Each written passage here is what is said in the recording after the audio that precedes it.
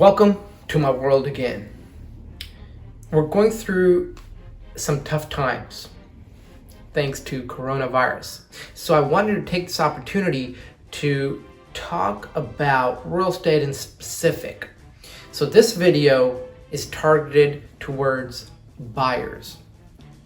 Either you're currently or actively looking to purchase a home, or maybe you are a potential buyer who will be looking down the road. These are some uncertain times. Because of the virus, the US economy has really come to a halt. So we don't really know, once the virus is taken care of, whether the economy will go back up, or because of the effects of this virus on the entire nation, the economy might take a dip. So if I were an active buyer, here's some of the things that I would do. Number one, continue to save money. Two reasons.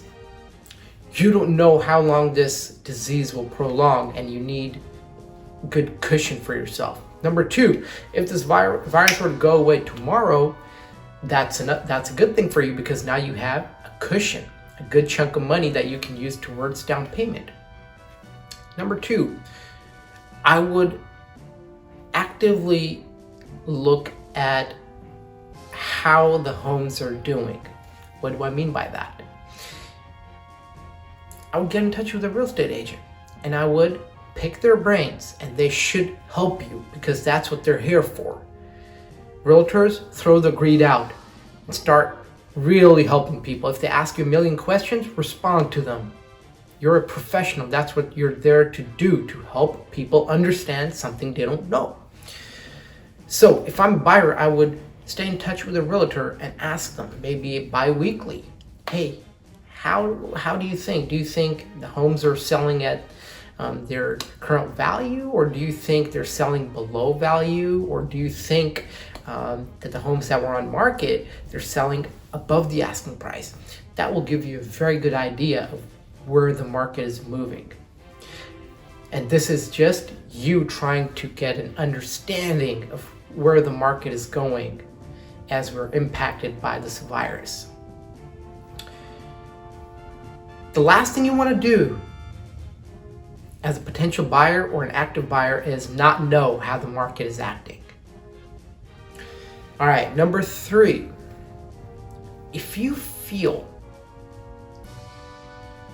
that most of the homes, or a good chunk of homes in your city, in your subdivision, in your district, they're selling for more than the asking price, what I would do as a potential buyer, I would then actively start looking for a home to purchase, because that gives me an idea that the market isn't recoiling, it's still moving up.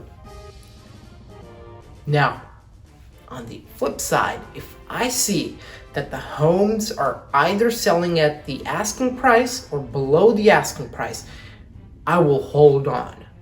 I will hold on to my money, because once this virus is gone, prices may come further down, because people are right now unable to work. So the inventory that's on the market, when people are unable to work, they don't have a lot of income.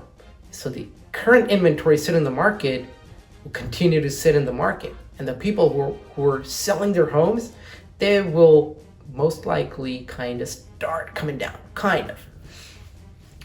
So that will give you an edge. The price just came further down. So now you might get the same property that you were getting, for example, for $500,000. You might just get it for a little bit less. Last but not least, the points that I shared, they apply differently to people who want to buy a home for long term and people who want to buy a home for just a year or two. If you're looking to purchase a home for just a couple of years, I want you to sit tight and not make any purchase for the next couple of months. Because if the market's going up, you still want to see whether it's a temporary hike or not. If the market's going down, you want to see if it's a temporary dip. Because if it's a dip, If it's not temporary, it's going to continue to go down and you can potentially lose money.